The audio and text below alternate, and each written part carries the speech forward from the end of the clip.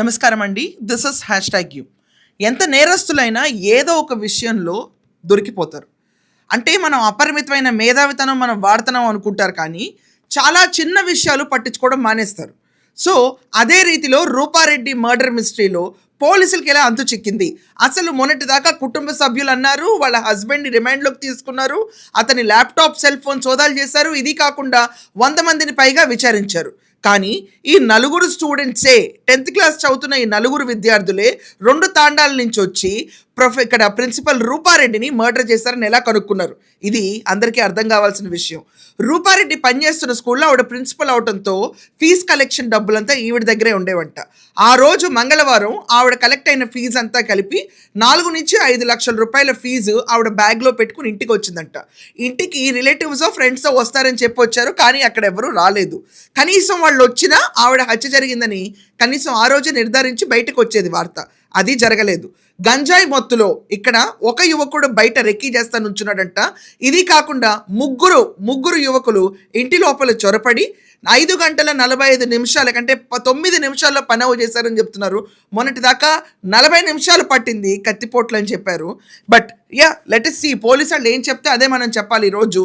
So 9 నిమిషాల్లో ఆవిడ్ని బ్లేడ్తోనూ కత్తితోనూ పొడి చేశారంట. దానికి గ్లౌజులు కూడా వాడారు. ఆ గ్లౌజులు చెట్టు త్వరలో కొంచెం దూరంలో ఉన్న చెట్టు త్వరలో వాళ్ళు పెట్టారు. పెట్టిన తర్వాత అది పోలీసులు కూడా పట్టుకున్నారు. ఎక్కడో డౌట్ వచ్చింది, ఫీజు కలెక్ట్ చేశారు కదా, ఆ డబ్బులు ఏమైనాయి అని. అప్పుడు ఆరా తీసి దాని తర్వాత స్టూడెంట్స్ కొంతమంది గంజాయి ముఠా గురించి, స్కూల్లో జరిగిన గొడవ గురించి తెలుసుకున్న పోలీసులు ఈ 2 తాండాల్లోంచి 3 స్టూడెంట్స్ని సరెండర్ చేసుకున్నారు, కస్టడీలో ఉంచుకున్నారు. ఒక స్టూడెంట్ మాత్రం ఇబ్రహీంపట్నంలో పారిపోయాడు. అసలు ఏంటబ్బా విషయంలోకి వీళ్ళు ఎలా దొరికారు అని చెప్పి చూస్తే గనక వాళ్ళు కొట్టేసిన డబ్బులు నెంబర్ నోట్స్ అన్ని రాసుకున్నారంటండి. స్కూల్ వాళ్ళు యూజువల్గా అంటే నాగార్జున స్కూల్లో రాసుకుంటారంట.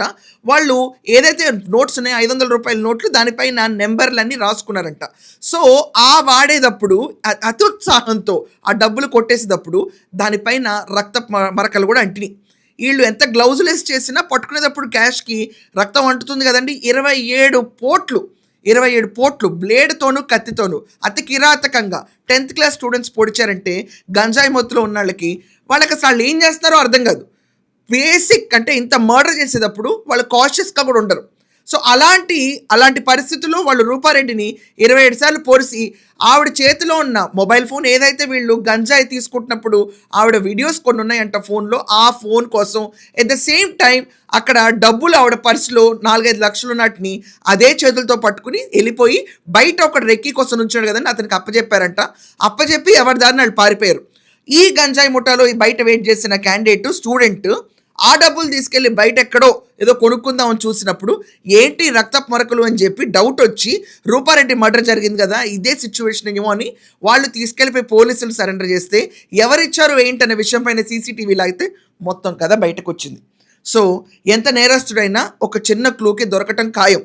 ఈరోజు పట్టించింది ఆ స్కూల్ ప్రిన్సిపల్ హత్య వెనక స్టూడెంట్స్ ఉన్నారన్న డబ్బుల నోట్ల కట్లు, దానిపైన ఉన్న రక్తపు మరకలు.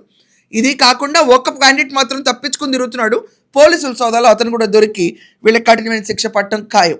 సో మీ అందరి ఒపీనియన్ ఏంటి? ఇలా ఎలా చిక్కిపోయారు? దీని గురించి ఖచ్చితంగా మీరు కమెంట్స్ రాయండి. That's all for now. Thank you.